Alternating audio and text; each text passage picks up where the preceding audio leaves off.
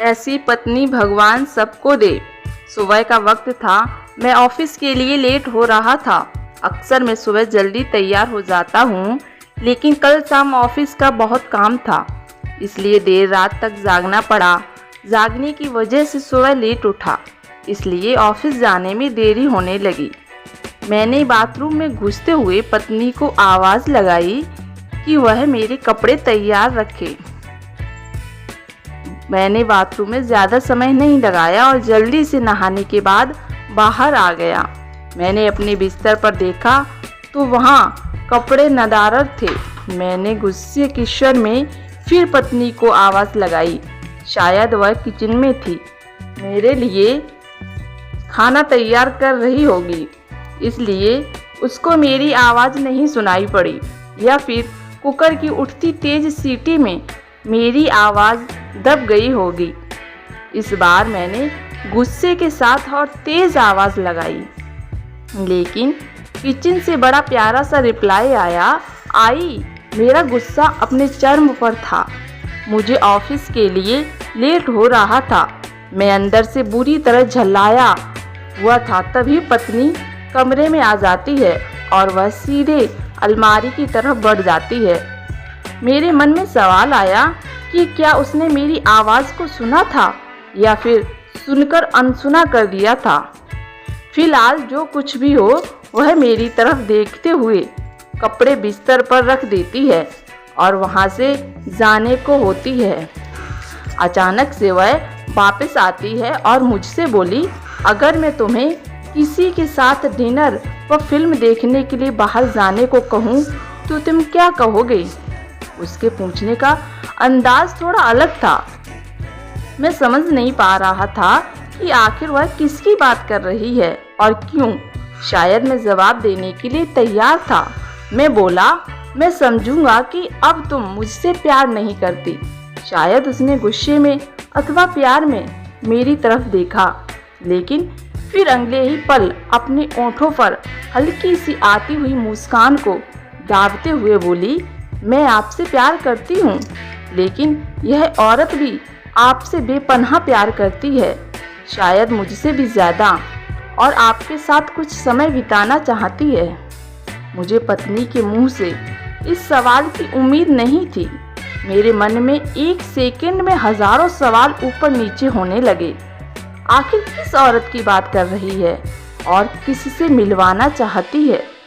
ऐसे हजारों सवालों के साथ मेरा मन मुझे घेर रहा था। आखिर मैंने पूछ ही लिया कि किसकी बात कर रही हो। पत्नी ने बिना कुछ बोले एक तस्वीर की तरफ इशारा कर दिया।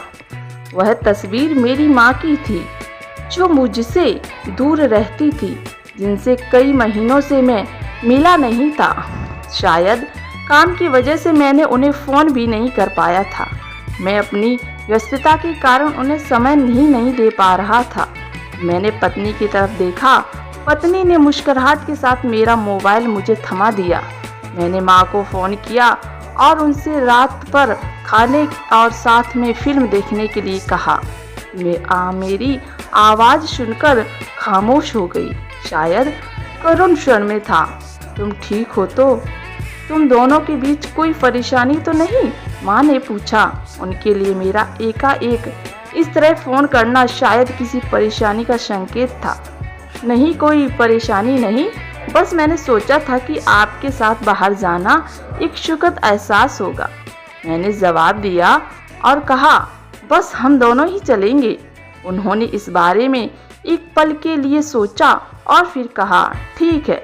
शुक्रवार की शाम को जब मैं उनके घर पहुंचा तो वह मेरा इंतज़ार कर रही थी। मुझे देखकर उनका चेहरा खुशी से चमक उठा, जैसे वर्षों से खोई हुई दौलत अकस्मात उन्हें मिल गई हो। मैंने माँ के पैर छुए और उन्हें गाड़ी की तरफ ले जाने लगा।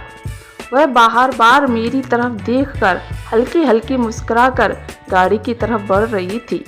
कार में माँ ने बताया कि उन्होंने अपनी एक दोस्त को बेटे के साथ खाने के लिए बाहर जाने की बात बताई। वह काफ़ी प्रभावित थी। फिलहाल हम माँ के पसंद वाले रिश्ता तक पहुँच चुके, जो कि देखने में अब भी अच्छा और आरामदायक था। अंदर जाकर हम दोनों एक बैठ गए। मैंने पास रखे मेन्यू को उठाया और पढ़ने लगा। एकाएक मेरी निगाह माँ पर पड़ी। वह अभी भी मुझे देख रही थी, लेकिन इस बार वह मुस्कान गायब थी। वह उदास दिख रही थी। शायद मैंने मेन्यू पढ़ने में तो ज़्यादा समय नहीं लगा दिया। मैंने मेन्यू को साइड पर रख दिया। मैंने माँ से खाने के लिए पूछा।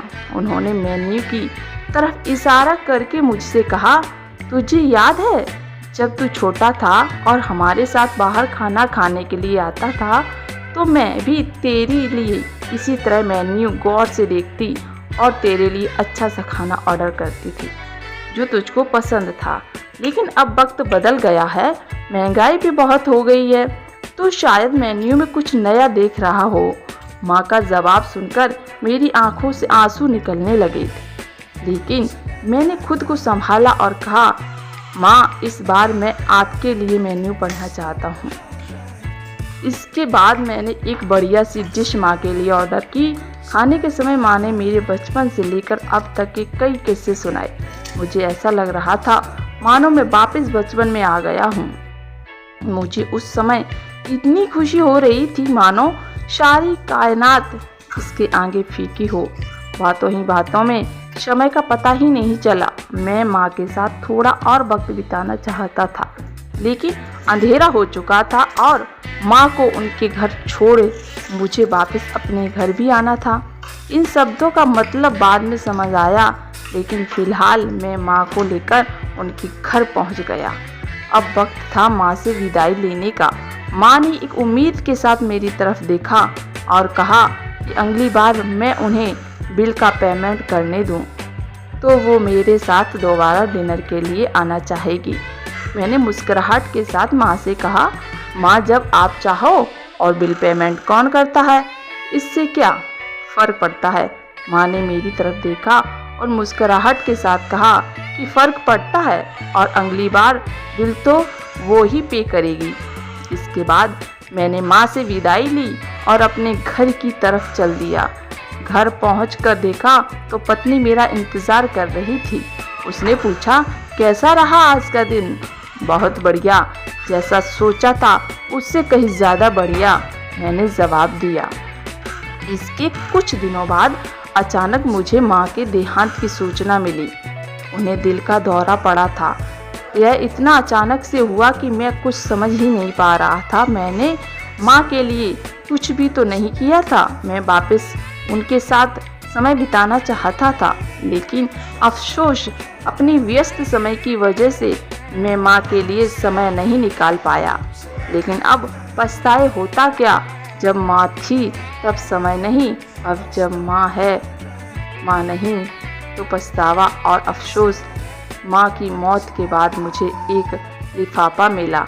उस लिफाफे में उसी रिश्ता की एडवांस पेमेंट की रसीद के साथ माँ का एक खत था, जिसमें माँ ने लिखा था, मेरे बेटे, मुझे पता नहीं कि मैं तुम्हारे साथ दोबारा डिनर पर जा पाऊंगी या नहीं, लेकिन मैंने 2 लोगों के खाने की अनुमानित बिल का एडवांस पेमेंट कर दिया है।